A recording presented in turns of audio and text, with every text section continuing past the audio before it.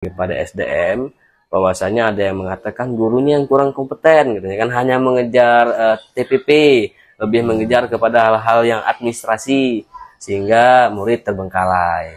Menurut pandangan Bapak, apakah itu benar dan apakah orang yang salah menilai?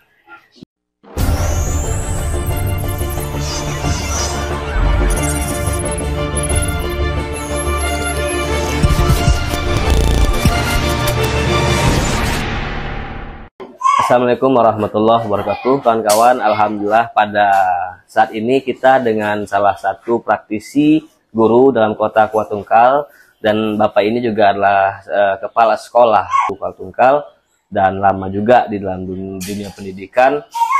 Kita mau tanya-tanya nih Pak, terkait saat ini kan di media sosial itu ada anak-anak siswa yang tidak bisa membaca dan tidak bisa menghitung. Apakah itu satu pandangan ya, pandangan dunia pendidikan kita saat ini dianggap tidak kompeten, sehingga menumbuhkan anak-anak yang tidak kompetensi dalam hal literasi, membaca dan menghitung tadi. Bagaimana tanggapan Bapak? Apakah itu sekedar konten dan apakah memang real menurut Bapak? Bagaimana itu Pak? Terima kasih. Memang kalau saya perhatikan di sekolah dasar khususnya di wilayah Tunggal Ilir ini, jika mau masuk, beberapa sekolah itu sudah menerapkan harus ada semacam sertifikat bisa membaca bagi siswa yang masuk ke SD. Jadi saya pribadi sebenarnya meragukan itu jika apalagi siswa itu masuk ke tingkat SMP, mereka tidak bisa membaca dan tidak bisa menulis. Tetapi di tahun ini saya mencoba mendata dan bertanya kepada guru-guru kami khususnya di SMP Negeri 03 Tanjung Jabung Barat. Ada data dari mereka, memang 2 orang siswa yang dianggap bukan tidak bisa membaca, agak kesulitan membaca. Artinya fenomena yang dikatakan itu ada benarnya juga, sehingga kami harus menyikapi ini dengan benar. Kalau yang tidak bisa menghitung, kalau kami data memang tidak ada di sekolah kami itu. Tapi kalau tidak bisa membaca, ada 2 orang yang kesulitan membaca, bukan tidak bisa membaca. Sehingga kami harus merespon itu dengan meminta guru, khususnya guru bahasa Indonesia, untuk membuat semacam ekskul atau bimbingan kepada mereka, agar mereka lebih mudah memahami atau bisa membaca tadi. Maklum kadang kita kalau belajar di sekolah itu kan ramai. Ya. Mereka juga kadang malu untuk bertanya. Tetapi kalau diadakan di les privat di sore hari, mereka lebih terbuka dan lebih mau untuk belajar tadi. Jadi harapan kami memang siswa apalagi sampai sekolah menengah itu harus bisa membaca dan berhitung. Nah, dan kemudian setelah izin Pak, terkait yang ternyata memang ada tadi ya, ketika itu dibuat konten orang satu konten kreator, di situ kan langsung menjatuhkan harkat pendidikan kita, dianggap dunia pendidikan itu gagal membentuk satu siswa tidak bisa membaca. Tapi memang sudah dicoba untuk mereka ini bisa seperti teman-teman lain tadi Pak ya, sudah diupayakan gitu ya. Jadi kalau siswa di pembelajaran di TK PAUD itu sebenarnya basic mereka itu adalah bermain dan bergembira. Nah, belajar membaca itu sebenarnya harus diketahui di tingkat SD. Namun kejadian-kejadian ini tentu kan ada beberapa siswa yang kemampuannya itu slow atau lambat dan sebagainya. Tentu kita tidak bisa menjustis semua siswa itu pandai atau cepat dalam menerima pembelajaran. Sehingga ada siswa juga yang kadang lambat atau tidak bisa. Nah, kita harus merespon itu. Intinya jika ada sebuah permasalahan, bukan kita menolak, tetapi bagaimana kita menyelesaikan permasalahan tadi. Buktinya, kalau kami memberi pembimbingan di sekolah itu, terkadang sebulan atau 2 bulan mereka itu sudah mulai lancar dalam membaca, apalagi berhitung tadi. Terkait dengan upaya yang dilakukan oleh para guru dengan siswa tadi yang memang dianggap punya IQ yang agak sedikit berbeda dibanding yang lain, sudah diupayakan. Terus ada juga fenomena-fenomena di dalam dunia pendidikan ini kan saat ini terjadinya hubungan lah antara guru dan murid yang beberapa main viral juga kan. Adakah satu kiat agar kejadian hal tersebut tidak terjadi lagi di setiap sekolah yang ada di Indonesia ini, menurut pandangan analisis dari Bapak selaku praktisi dalam dunia pendidikan? Betul sekali, saya membaca berita mengenai itu. Ada 2 kejadian, kalau tidak salah itu di Pulau Jawa. Nah, kejadian ini rata-rata itu di tingkat SMA.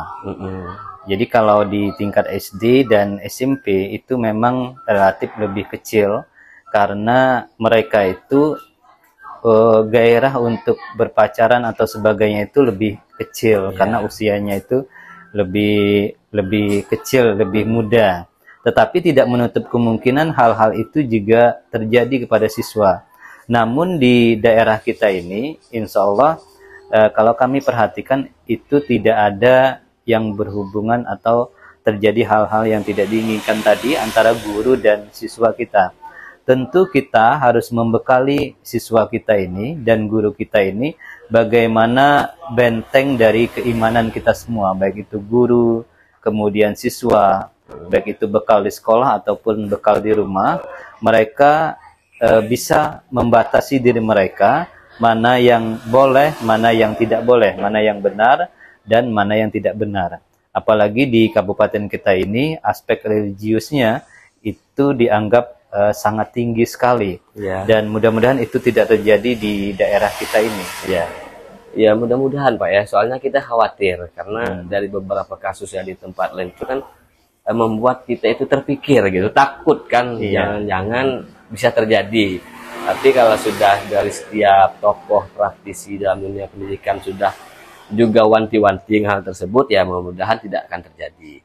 Terus Pak, dalam dunia pendidikan ini kan terjadinya pergeseran lagi nih, kurikulum.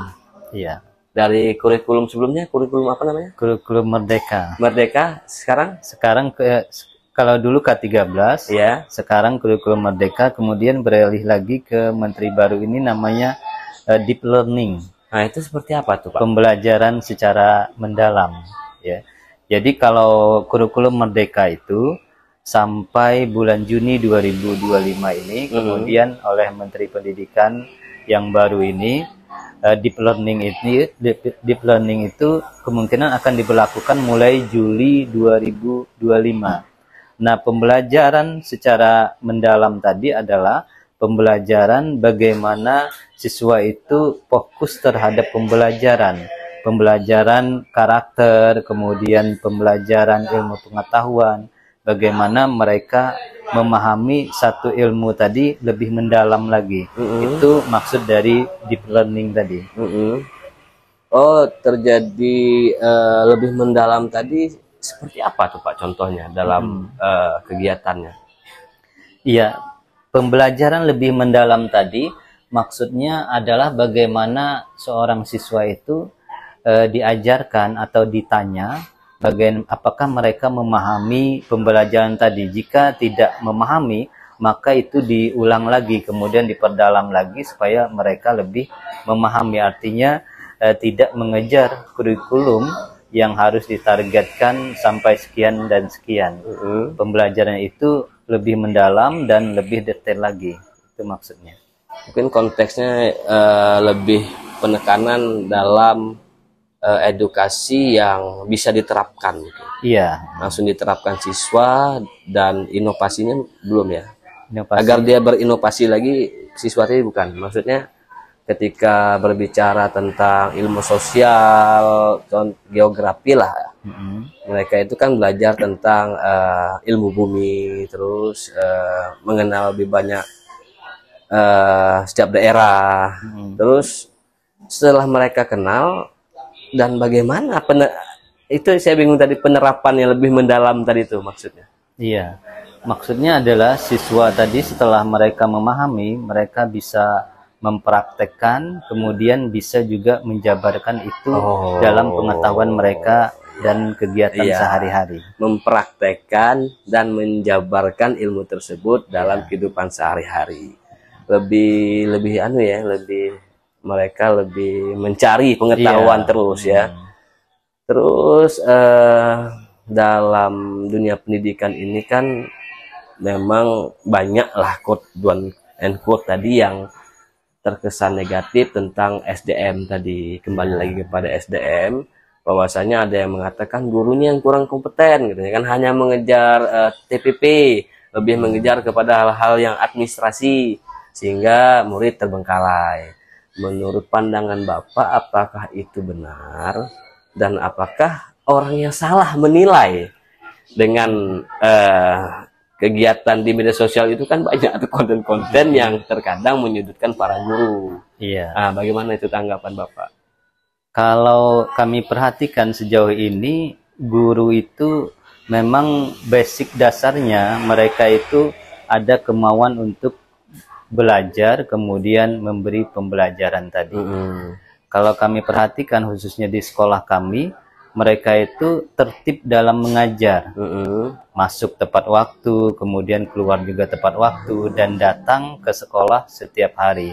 Artinya, yang diisukan tadi mungkin bisa ditepis, di mana memang kegiatan pokok atau tugas pokok dari guru tersebut itu sudah memang dilakukan, di mana tujuan dari pembelajaran tadi dilaksanakan, kemudian diimplementasikan, dan diadakan tujuan tadi akan menjadi sebuah tujuan yang terlaksana dengan baik.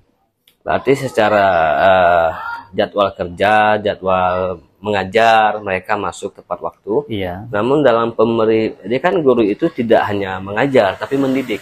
Iya, betul. Apa sih bedanya antara pengajar dan pendidik itu, Pak? Iya. Kalau dia mengajar, dia hanya memberi pelajaran, kemudian tidak memberikan bagaimana karakter yang baik. Tapi kalau dia mendidik, misalkan di kelas itu ada siswa yang ribut, dia akan menegur. Kemudian kelasnya misalkan belum bersih, dia akan menegur dulu untuk membersihkan kelasnya. Kemudian ada siswa yang keluar, misalnya tidak izin, dia akan memberikan nasihat terlebih dahulu. Begitu juga kalau ada siswa yang tidak mengerjakan tugas, PR dan sebagainya, dia memberi bimbingan, kemudian nasihat untuk siswa tersebut. Artinya, guru masuk ke dalam sebuah kelas bukan hanya memberikan pelajaran A sampai Z, kemudian mereka pulang dan tidak peduli dengan karakter siswa. Jadi, guru bukan hanya sebagai pendidik, tapi juga pembentuk karakter yang baik di sekolah tersebut. Pertanyaan di dalam sekolah itu, khususnya SD, SMP, SMA itu menekankan kepada hafalan, bukan kepada nalar, yang dilatih bernalar. Sehingga ketika mereka tidak tahu maksudnya untuk apa, otak ini kan menyimpan data yang penting. Ibaratnya misalnya saya baca ini penting, maka data itu akan disimpan di otak. Namun ketika kita baca apa-apa tapi tidak penting bagi saya, sehingga itu menumbuhkan otak itu tidak berfungsi, gitu ya kan, tidak tahu tujuan ini apa untuk dihafal. Mungkin begitu. Iya. Lebih kepada mereka ini apa sih tujuannya, mereka tidak tahu, jadi malas untuk menghafal. Dari pembicaraan saya tadi ya terkait dengan dunia pendidikan saat ini, apakah masih begitu seperti saya dulu lah? Itu kan pertanyaan tentang hal begitu terus dulu kan. Sekarang apakah berubah? Apakah masih sama? Iya. Pertama, mungkin untuk kompetensi guru, kalau sekarang ini seorang guru itu diwajibkan harus S1 dengan bidangnya masing-masing. Kecuali mungkin ada sekolah-sekolah yang kompetensi yang dibutuhkan itu tidak ada atau kurang, maka bisa digunakan dari guru dengan mata pelajaran yang lain. Itu pun memang biasanya harus S1. Mengenai penalaran tadi, memang sekarang ini bukan zamannya lagi kalau kita belajar seperti dulu 1+1 sama dengan 2 ya. Jadi sekarang ini kita pertanyaannya itu adalah pertanyaan menalar tadi. Oh, alhamdulillah. Pertanyaan menalar. Jadi dari sebuah cerita diberikan, kemudian cerita tadi diberikan pertanyaan yang kira-kira siswa bisa berpikir bagaimana jawabannya ini, kemudian datangnya dari mana. Jadi pertanyaan sekarang ini bukan pertanyaan seperti yang tadi lagi 6+5 11. Dia harus siswa itu harus bisa bagaimana jalannya sebuah jawaban itu terjadi. Nah, sehingga ada berpikir nalar dan berpikir kritis di sana. Berarti yang dikehendaki pemerintah pusat 2045 generasi emas itu bisa tercapai nih Pak kalau seperti ini kan. Jadi kalau menurut Bapak generasi emas nih, definisi generasi emas dalam konteks dunia pendidikan itu bagaimana? Generasi emas ini yang ditargetkan oleh Presiden kita Pak Jokowi tahun 2015 sekitar tanggal 27 Desember 2015 bahwasanya kita ini 2045 itu menuju ke generasi emas. Maksud dari generasi emas tadi adalah bagaimana generasi kita ini bisa maju, mandiri, kemudian perekonomian tinggi dan sejajar dengan negara-negara maju yang lainnya. Kemudian generasi 2045 itu maksudnya adalah kita dalam keadaan 100 tahun merdeka. 1945, kemudian 2045, 1 abad kemerdekaan kita.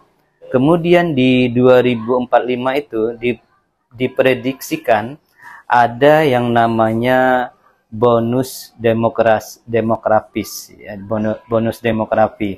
Bonus demografi ini adalah di mana di satu masa usia produktif itu banyak, sehingga kita harus memikirkan usia produktif tadi kalau dibiarkan mereka akan menjadi pengangguran, kemudian banyak pencurian, kemiskinan dan sebagainya. Maka usia produktif tadi harus dimaksimalkan. Nah, usia produktif tadi sekitar usia 15 sampai 64 tahun. Nah, di tahun 2045 itu diperkirakan usia produktif tadi sekitar 70% di Indonesia ini. Dengan kalkulasi kurang lebih 260 juta jiwa dari 324 juta jiwa di Indonesia ini. Kemudian di 2045 itu diharapkan pendapatan per kapita kita itu sudah mencapai per bulannya itu sekitar 40 sampai 50 juta per orang. Kalau sekarang ini per kapita kita itu masih di keadaan 5 juta per bulannya. Sehingga kita harus mempersiapkan ini dengan 4 pilar yang disebutkan oleh pemerintah itu. Salah satunya adalah pilar sumber daya manusia. Maka dari itu sumber daya manusia ini harus disiapkan oleh dunia pendidikan. Salah satunya adalah bagaimana sumber daya mereka ini unggul, kemudian karakter mereka baik dan bisa bersosial atau bermasyarakat dengan baik. Jadi generasi emas ini maksudnya adalah generasi mereka ini unggul. Di 2045 itu mereka mempunyai pekerjaan, kemudian mempunyai inovasi, kemudian pendidikan mereka mumpuni, dan mereka bisa survive dengan keadaan yang tantangan begitu besar. Nah, di 2045 itu diperkirakan penduduk Indonesia ini sekitar atau kurang lebih penduduk terbesar dunia yang ke-6. Nah, jadi kalau tidak dikelola dengan baik atau tidak diberi bimbingan dan bekal yang baik, maka 2045 itu bisa menjadi populasi yang tinggi, tetapi pendapatannya kecil. Kita beri contoh, kalau di Korea Selatan itu tahun 1960, mereka adalah negara yang paling miskin karena pada saat itu ada peperangan, ya. Nah, mereka memanfaatkan bonus demografi tadi, di mana usia produktif tadi, anak-anak muda tadi banyak sekali. Mereka bisa memanfaatkan itu, sehingga Korea Selatan sekarang dianggap salah satu negara yang maju, kemudian pendapatannya juga besar secara ekonomi. Berarti dalam membentuk karakter generasi emas tadi prosesnya panjang ya Pak ya. Baik dalam dunia pendidikan tadi ada inovasi yang dibangun untuk menekankan kepada sumber daya manusia yang tinggi dengan ilmu pengetahuan khususnya teknologi. Ketika berbicara masa depan kan yang dikedepankan teknologi. Dalam hal dunia pendidikan itu kan guru saat ini, apakah menurut Bapak itu secara kompetensi, apakah perlu di-upgrade tentang teknologi? Apakah sekarang ini pelan-pelan sudah bisa mendekati hal tersebut? Ya, tentu saja guru sama halnya dengan pekerja yang lain harus tetap terus di-upgrade. Kenapa? Karena pertama, perkembangan ilmu pengetahuan itu terus berubah. Contoh dari kurikulum tadi saja, dari K13, kemudian kurikulum Merdeka, kemudian beralih ke deep learning. Para guru harus memahami itu.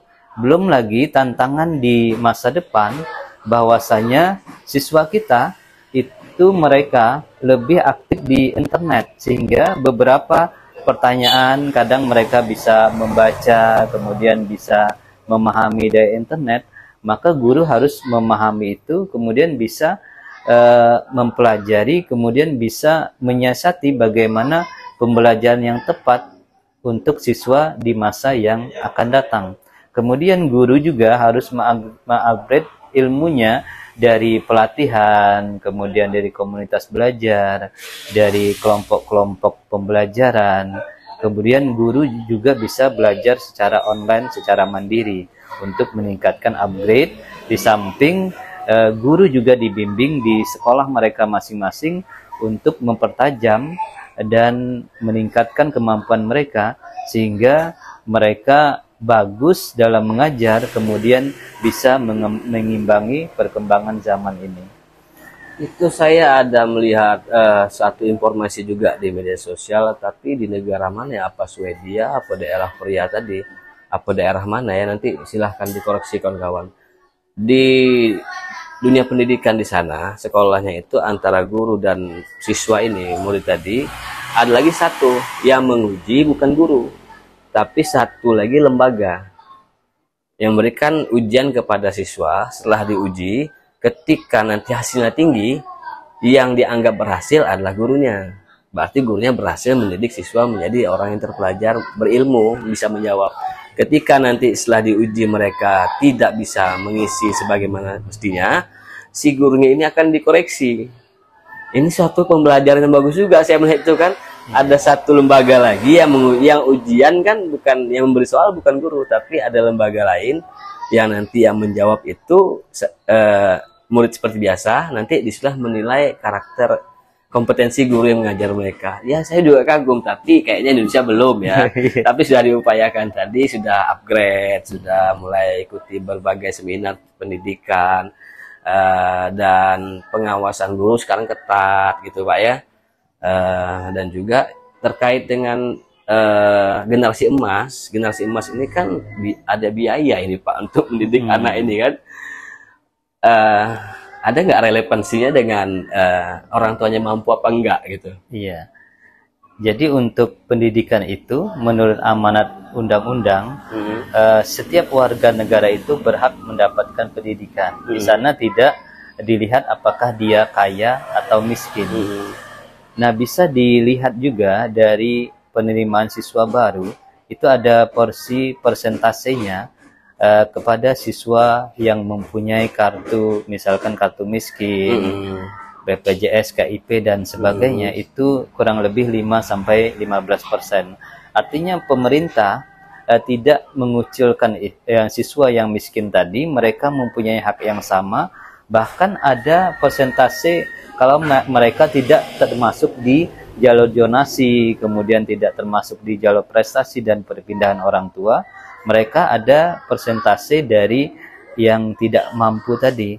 Artinya memang negara menjamin bahwasanya yang mendapatkan pendidikan itu, pendidikan yang bagus itu bukan hanya orang-orang yang mampu saja.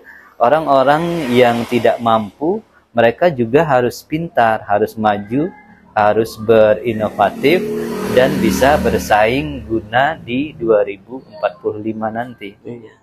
Dan kayaknya juga dalam realitas terlihat Pak ya, mohon maaf kadang tuh yang lembaga pendidikan swasta dengan yang negeri lebih bermutu yang swasta itu bagaimana ya?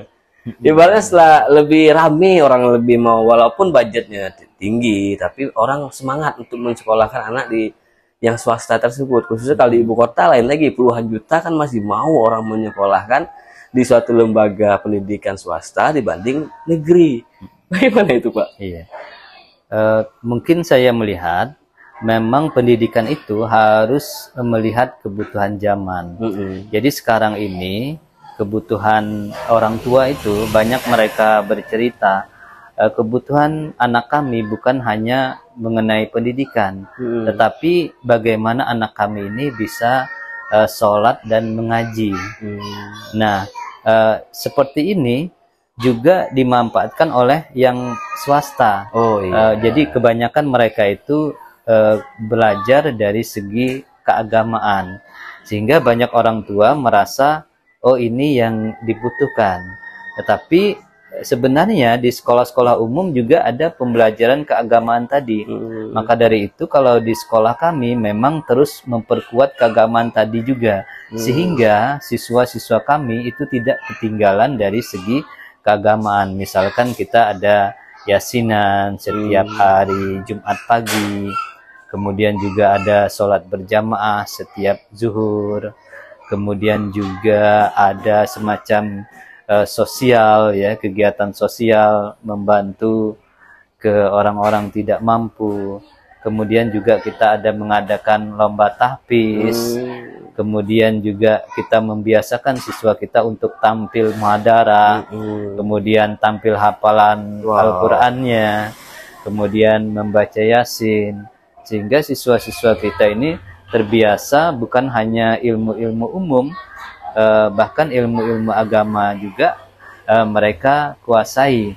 Terbukti seperti sekolah kami juga untuk outputnya mereka mampu masuk ke sekolah titian teras, kemudian Mancindikia. Dan itu inovasi Pak ya?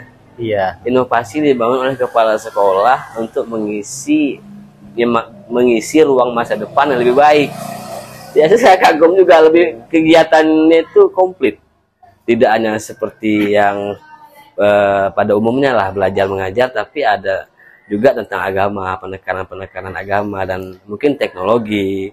Dan ya luar biasa, saya kagum juga. Berarti antara negeri dan swasta ada persaingan lagi nih. Karena SD SMP negeri sudah berinovasi untuk menyaingi daripada yang swasta yang lebih menjual hal-hal yang tidak ada di negeri. Sekarang negeri pun sudah berinovasi. Ya alhamdulillah. Ternyata kawan-kawan SMP negeri juga tidak mau ketinggalan. Mereka juga mengisi seperti hal-halnya di sekolah swasta. Dan terakhir nih Pak, kan Bapak ini mendidik anak-anak, mendidik siswa, kan pasti punya harapan kepada anak didik Bapak ini untuk di masa yang akan datang. Itu kan impian, cita-cita, harapan.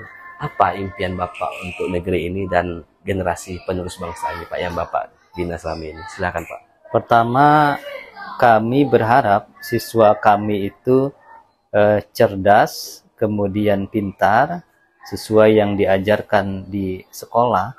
Kemudian siswa kami itu mempunyai karakter yang baik, akhlakul karimah.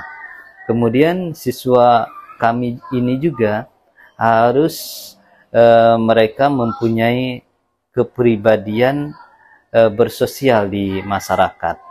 Kemudian siswa kami ini juga mempunyai kebiasaan-kebiasaan yang bagus.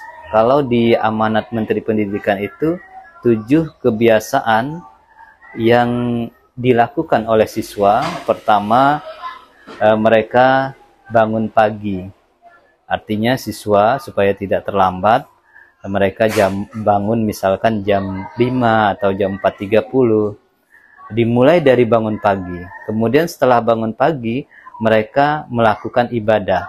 Baik itu muslim atau agama lain. Kalau muslim kan mereka sholat subuh. Kemudian setelah sholat subuh, mereka berolahraga. Olahraga kalau di sekolah kami itu setiap hari Sabtu itu bergantian. Ada olahraga, kemudian mereka gosok gigi, potong kuku, kemudian sarapan bersama, ya. Jadi selain olahraga tadi, kemudian mereka makan makanan yang bergizi. Jadi itu diberikan gambaran oleh guru, kemudian di sekolah makanan yang bergizi itu gambarannya seperti ini. Kita tidak memfasilitasi seperti di kantin makanan kemasan, jadi makanan yang siap saji. Kemudian setelah itu mereka gemar belajar. Artinya belajar bisa saja di sekolah, bisa saja di perpus, bisa saja di luar sekolah, di rumah, ataupun dimanapun bisa belajar. Kemudian yang terakhir adalah membantu atau berjiwa sosial. Misalkan di bulan Ramadan, kalau sekolah kami kemarin ada melakukan semacam donasi seikhlasnya, dan itu diberikan kepada orang-orang yang tidak mampu di jalan atau di sekolah. Kemudian yang terakhir adalah tidur tepat waktu. Jadi kebanyakan siswa kita ini kadang mereka tidur jam 12, jam 1. Kalau kita kan orang tua tidur jam 12 itu wajar. Kenapa? Karena kita bekerja atau capek bekerja. Tapi kalau siswa, apa pekerjaan mereka? Kerjaan mereka hanya belajar. Sehingga kita sarankan untuk tidur tepat waktu, bangun juga pagi, bisa melakukan 7 kebiasaan anak Indonesia hebat tadi. Sehingga 2045 kita bisa mencapai sesuatu yang hebat, yang maju, inovatif dengan kebiasaan-kebiasaan yang bagus tadi. Iya Pak, terima kasih Pak ya, sangat luar biasa. Itulah kawan-kawan, dari diskusi, dari apa yang disampaikan oleh Bapak tadi, tergambarlah tentang Tanja Barat di masa yang akan datang. Ternyata konten kreator yang di Pulau Jawa, yang di daerah luar Kabupaten Barat terbantahkan. Tanjung Jawa Barat alhamdulillah masih aman dari seorang tokoh pendidikan kita menceritakan segala hal yang positif dan negatif dari dunia pendidikan tadi. Tergambarlah di imajinasi kita kawan-kawan, insya Allah 2045 atau sebelumnya Tanjung Jawa Barat khususnya mudah-mudahan menjadi generasi penerus bangsa yang membanggakan Pak ya. Yang membuat harulah gurunya nanti kan, ketika nanti Bapak sudah pensiun melihat jadi bupati, ini jadi gubernur sana kan, ada kebanggaan Bapak ya. Dan kami juga bangga kawan-kawan. Mudah-mudahan apa yang disampaikan Bapak tadi itu menambah informasi dan inspirasi untuk kita semua kawan-kawan. Mungkin cukup dulu Pak ya. Itu dulu dari kami. Saya Iwan Permata dan Bapak Fauzan undur diri. Kalau salah kata minta maaf. Akhir kalam. Assalamualaikum warahmatullahi wabarakatuh.